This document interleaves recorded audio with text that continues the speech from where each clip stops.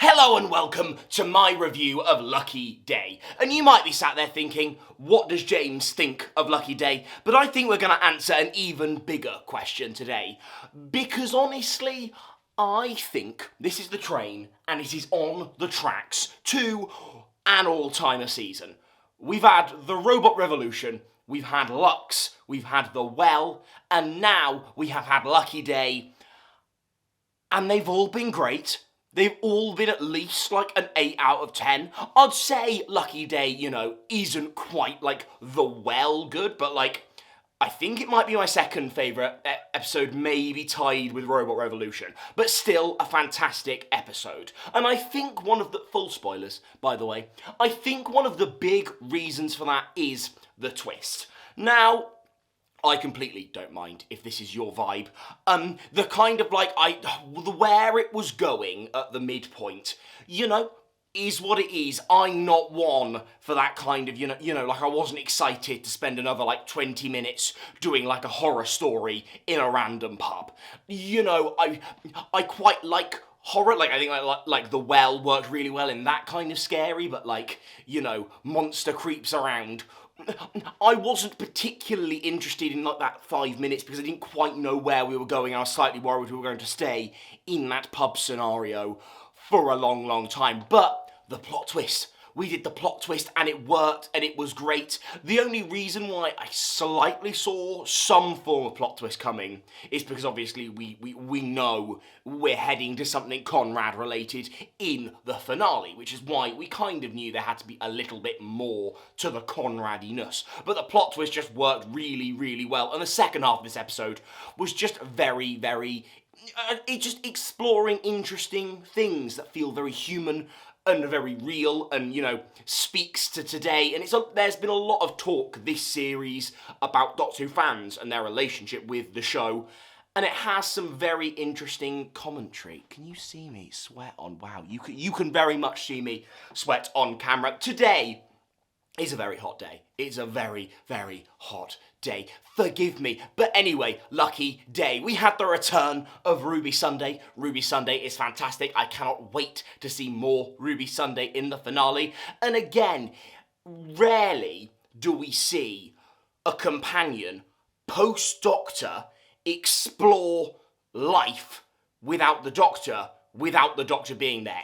I find that concept really interesting. Some elements of Sarah Jane made that really, really interesting. Some elements in The Power of the Doctor with the Companion Circle made that really interesting. And Ruby Sunday, in this episode, is going through some really cool and interesting things and topics. And I loved Ruby Sunday's relationship with her many mothers, and the joke that Ruth Madley makes at the end is very funny. All of the Ruby stuff and bringing her back really, really works. And obviously, we all know people are being quite dramatic about the end of Doctor Who maybe looming over us, which it isn't. I'm going to die on this horse. The end of Doctor Who isn't looming over us. But Series 3, if Millie Gibson wants to do it full time and Russell thinks it's a good way to take the arc, a Series 3 with Millie and Varda together with Ncuti as a dynamic TARDIS trio would be so good. I love Ruby Sunday. I love Varda. It would just be so amazing. The Ruby Belinda. It would be great. I've said the same thing repetitively about 3 times. Also, the Conrad character, very, very interesting. Just some fantastic, cool commentary. We had the return of Unit. People have been saying this is the best appearance of Kate because she gets a little bit of depth and it's fun. Look, I love Kate. We stan Kate on this channel. We are Kate fans on this channel.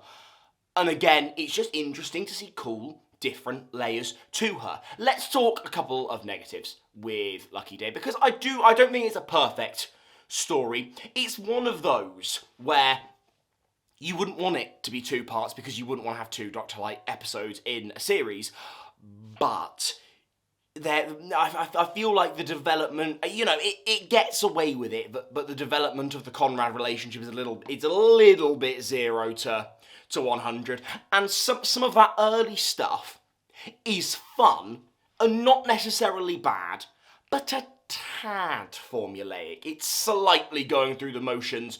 The first I'm really glad the plot twist was there, because as I've said, not only was I not particularly fond of exactly where it was going, because I didn't want to do a big horror, but also the plot twist livened the story up a bit, because I love Timothy, and I think he's done I think the episode is very well written. That first 10 minutes feels slightly formulaic, and like we're going, not the first 10 minutes, because the Doctor and Belinda scene at the start is quite fun and nice, but formulaic is what I'm trying to say. There was a formula that was being followed, and that happened. There was a formula. Well done, James. Great analytical YouTube-y stuff. Again, the Mrs. Flood stuff at the end, fantastic. The Trinity Wells cameo. We got a Trinity Wells cameo. I love Trinity Wells, and Trinity Wells came in, and it was just, oh! I think this episode genuinely has a lot of good, and yeah, that's all I have to say, really. Yeah, I think I've exhausted.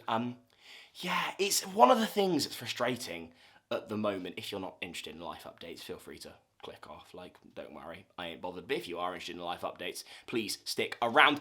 Because now I've started a new job, and well, not a new job, but like I've got a new thing to do, and obviously because of the airtime, I've got to review episodes in the evening, but I watch on the train in the morning, which is quite fun, and then I'll try and watch the live BBC broadcast as well, because, you know, I've watched it, but now I kind of fancy watching it on actual big TV rather than my little tiny baby phone.